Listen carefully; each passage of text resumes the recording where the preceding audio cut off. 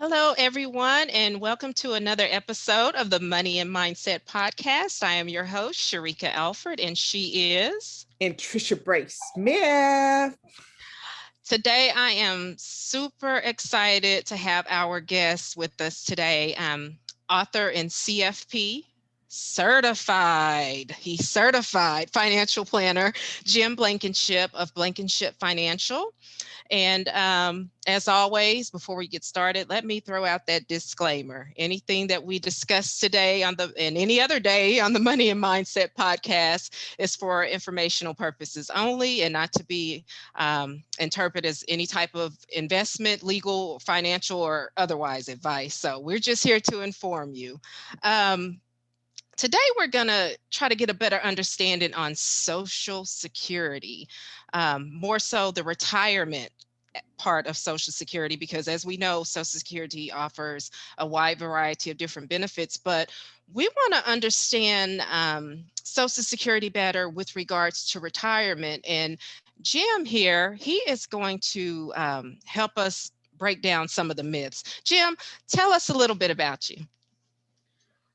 Well, I'm very happy to be here. I'm, as you noted, I'm a certified financial planner and actually a fee-only financial planner located in central Illinois, the little town of New Berlin. And I've been a CFP for, 18 years now. And I'm a second career person. I was in information technology for over 30 years. And then during that time, also hung out my shingle as a CFP. I've been a tax preparer for a little over 30 years and just do all kinds of financial stuff. One of my passions, as you have figured out, is Social Security. So, Well, all I hear is money, money, money. Let's get this money in order. All right. Absolutely. I'm excited. Yes. So now, Jim, I'm just going to say, anytime I get a paycheck, I notice on my pay stub, under the taxes, there is a section that shows federal OASD. And I noticed that seems to take out a lot of money. I say a lot. It's probably not a lot every time, but what is that all about? What's the point? What is that? well, OASD is Old Age Survivors and Disability Insurance. It's a social insurance program, also known as Social Security.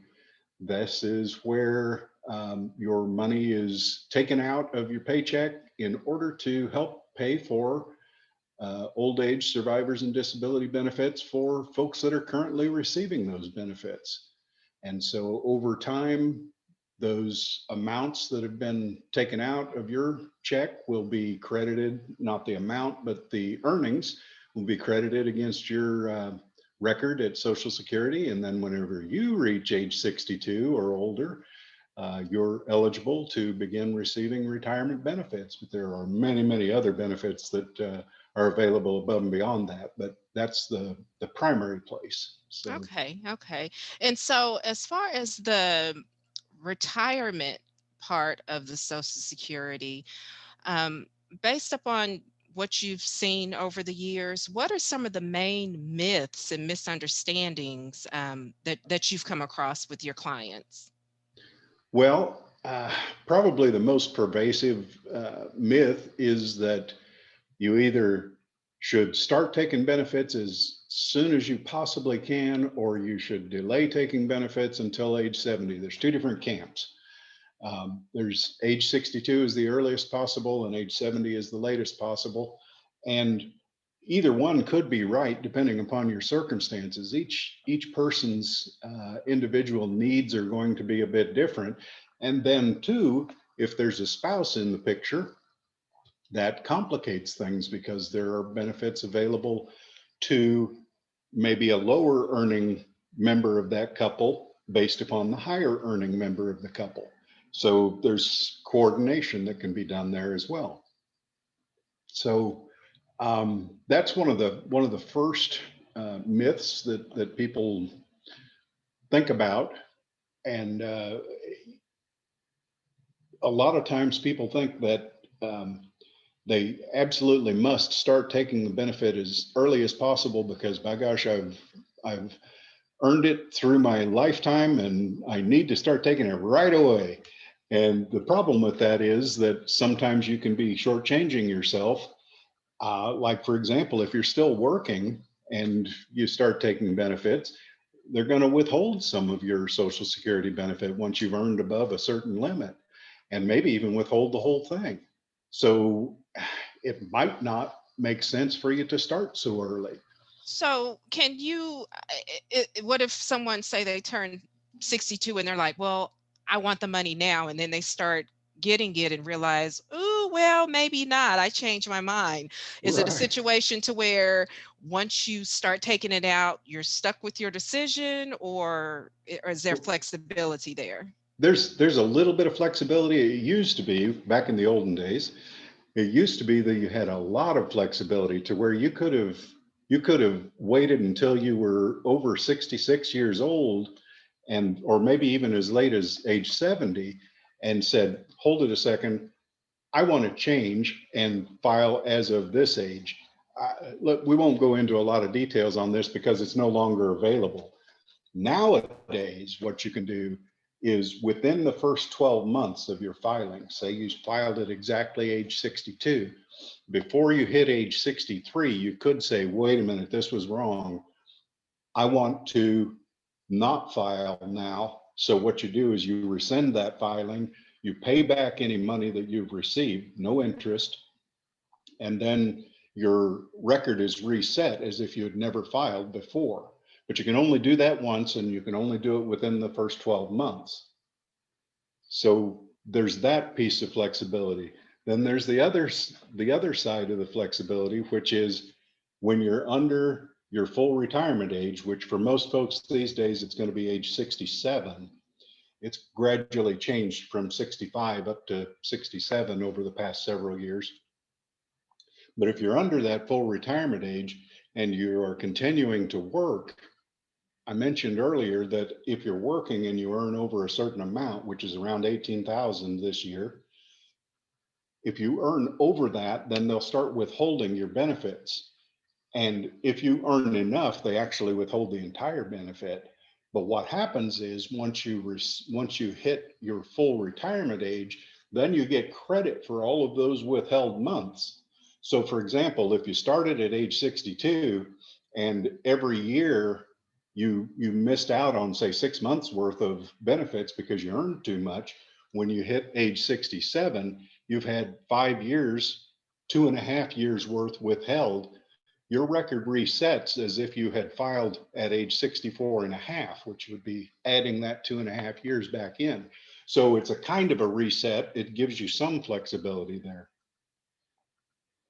Yeah, I like that, and it kind of give me a little clarity, as well as I've been consulting with people and that have reached retirement age and are making that transition into retirement, and many of them are ready to start those benefits. Some not at 67 yet, but Right. rather 63 to 65 years of age. And so consulting with them, that does give me much clarity, because some of them with just making the transition, they're just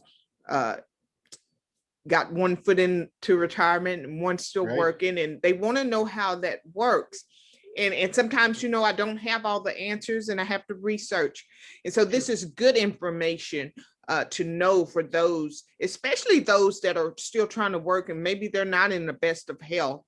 And it's a chore to get up to try to go to work from day to day with the Right. uncertainties of even the things that are going on in our world that puts them at greater risk when they have Absolutely. underlying elements. So I'm glad that you mentioned that gives and provides so much clarity, not only for our listeners, but for me as well, as someone who consults with those. Fantastic. Now, Jim, you have a couple of books that you've written specifically on Social Security retirement, correct? Yes, Do that's you mind correct. sharing with us the titles where we can find them? Yes, yes, you can find all of these books on Amazon. The primary one on Social Security is called a Social Security Owner's Manual. And it's actually a part of a series that I've written, owner's manuals on various different financial Pick topics. that book up and let us see it for those that are watching the broadcast, and then you There can we tell go. it for those that are listening. Yes. Social Security Owner's Manual. And as I say, it's a part of a series. There's Medicare, IRAs, and 401ks also included in the Owner's Manual series. And this one covers pretty much all of the standard kinds of situations that you may run across as an individual, especially a married individual, and as well as just a single individual who was never married. Now, I have another book that is specifically about divorcees, which is called Social Security for the Suddenly Single. And so that book is all specifically about situations that divorcees specifically face when looking into retirement benefits from their own record as well as from their ex-spouse's record.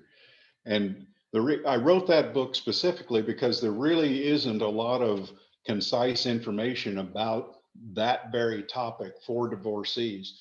And so it's been very popular amongst the divorce crowd. And I And feel what like that's about those that are widowed now? Does that also count in that? Because many are losing their spouse during right. these times of uncertainty as well. So is that a factor? Would that book be beneficial for them as well? That book would be beneficial to that group, but it wouldn't be specifically tailored toward them. Widows and widowers are covered pretty much in the first book, the Social Security Owner's Manual. There's a lot of coverage there, and there's a little bit of overlap between the two, but it's helpful from that perspective for either case. So Jim, tell me, do you have any advice as to what, say, someone, maybe if they're 50, maybe late 40s, 50. Yeah, I know it's not quite close to retirement time, but I'm all about being proactive. What are some Absolutely. things that we could be doing to better our retirement experience, so to say, as far as Social Security is concerned, and to not, have delays and that sort of thing? Is there something Sure. that maybe I could be doing right now? Well, one of the most important things I believe is to gain an understanding of how the benefits really work, how your earnings record over time makes an impact on what your benefit can be at some point in the future. And this can be helpful in two different ways.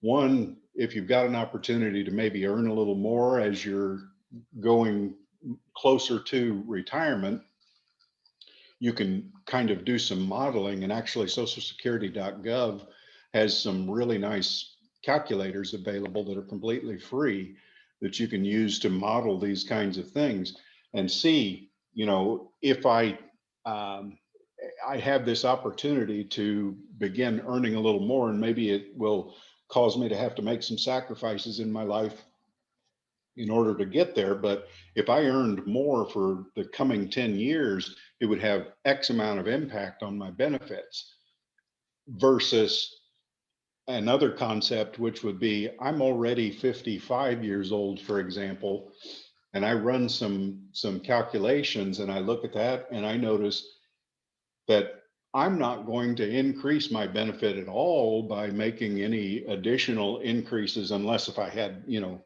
hundreds of thousands of dollars that I was making suddenly.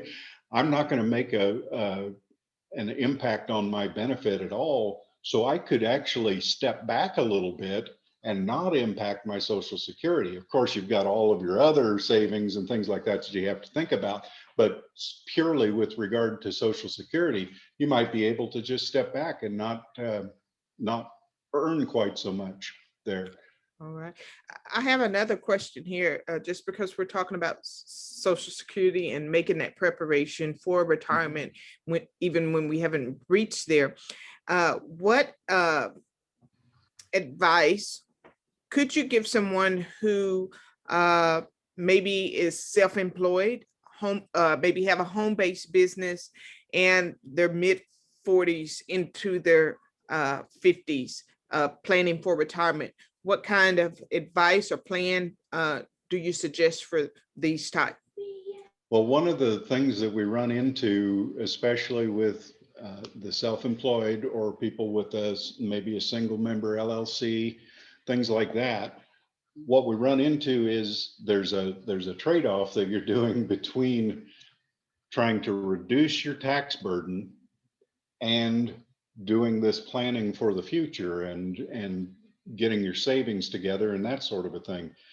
One thing that gets impacted by reducing your tax burden is your Social Security quite often.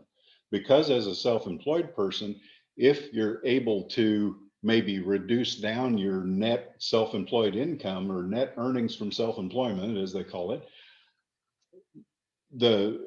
your idea is that maybe you should cut that down as much as possible in order to not pay tax. Well, the problem with that is then you have a much lower record showing up as far as Social Security is concerned, and it reduces your overall benefit in the long run. So quite often, people who've been self-employed for their entire lives have a very low Social Security record because they've used that concept of reducing their taxable income as much as possible.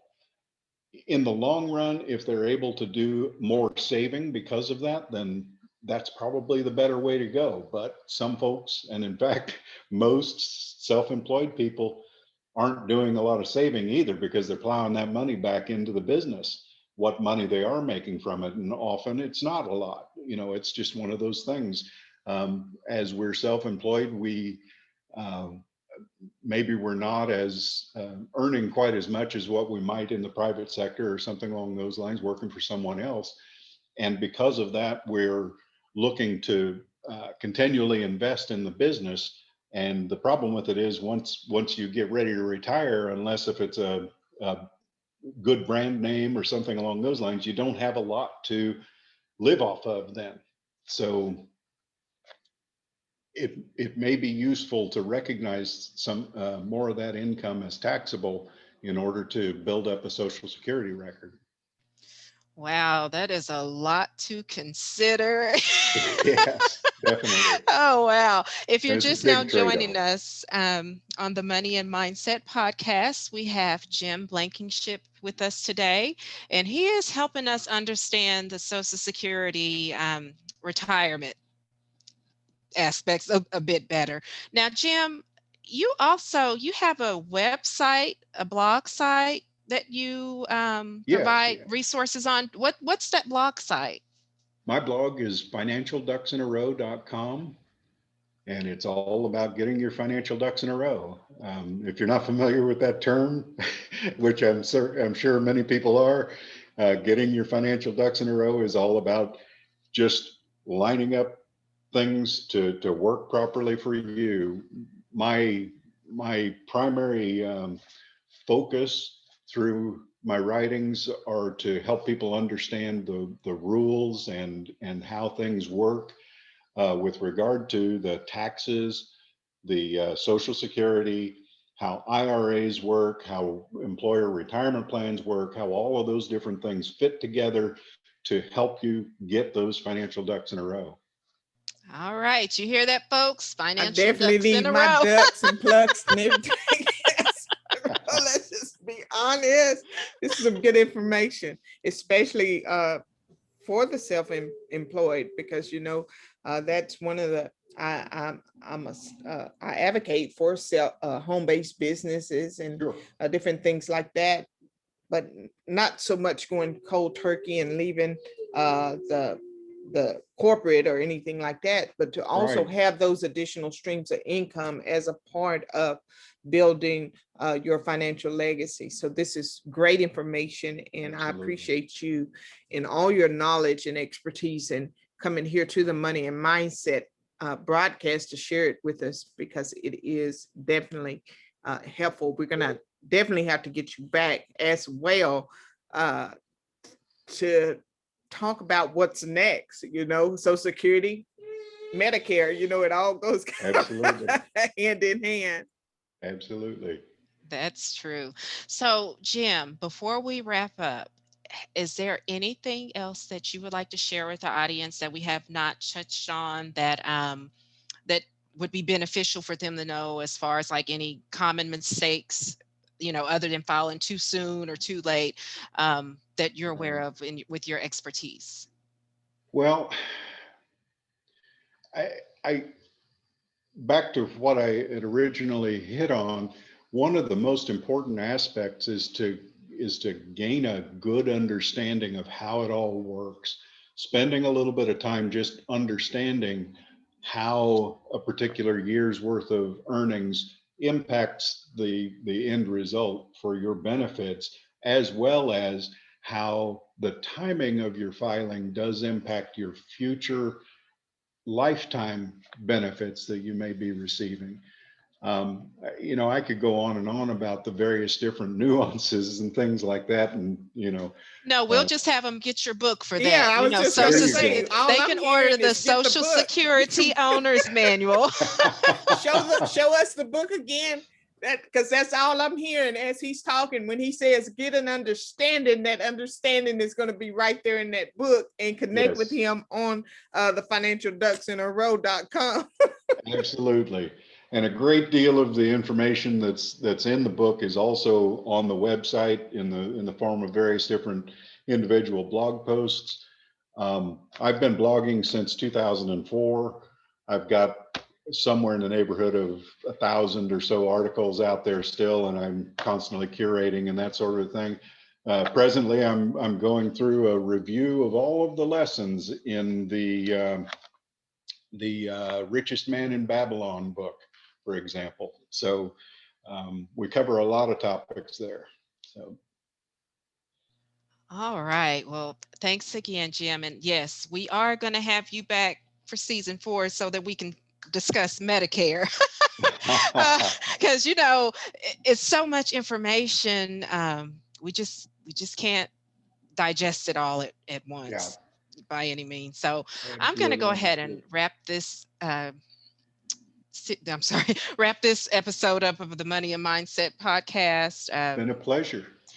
Yes, and guys, do share this with your family and your friends, because I tell you, Social Security, the retirement benefits, that's something that impacts all of us. And so And let's just remember, knowledge is not power until it is applied. And so this is something that impacts us all, no matter what age we are. Eventually, this is going to impact us or our family. So make sure you go out and get the book so that you can get that understanding and apply the knowledge that you get from that. yes. It's been a pleasure. My pleasure as well. Until next time on the Money and Mindset podcast, I'm Anntricia Bray Smith.